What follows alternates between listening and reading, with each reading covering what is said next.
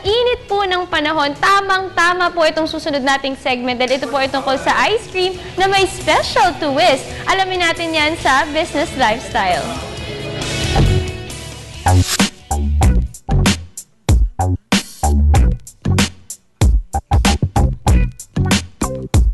My name is Bong Aspe. We are the owner of First Colonial Grill.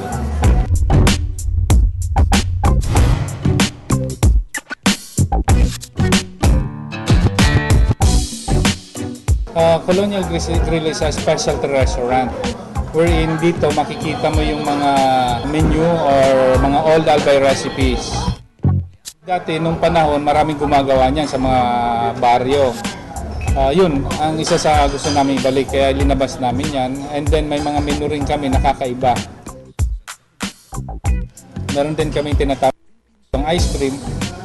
So basically yung mga ingredients ng Albay na makukuha mo sa Albay, yun ang pinaglaruan namin. Like, kaya nakagawa kami ng sili ice cream, tinutong na bigas ice cream, kasi dito sa probinsya namin ang bigas tinututong at ginagawa yun ang pinaka-coffee nila. So, dahil unique ang taste nun and masarap, trinay namin ma-convert into ice cream at nagawa nga namin. And lately, ang isa sa ginawa namin yung salabat ice cream.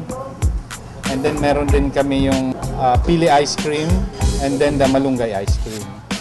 Kung nga sa'yo, napakahirap makipag-compete pagdating sa presyo saka sa klase ng pagkain. Kaya hanapin mo yung karakteristik na maiba ka sa kanila pero tatanggapin ng tao.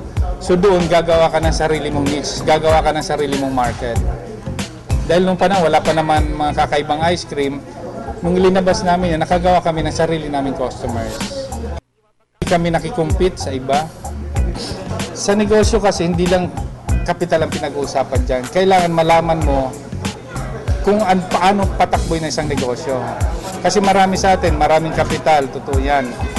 Pero pagdating sa pagpapatakbo, doon nagkakadiferensya ang magaling sa napakagaling.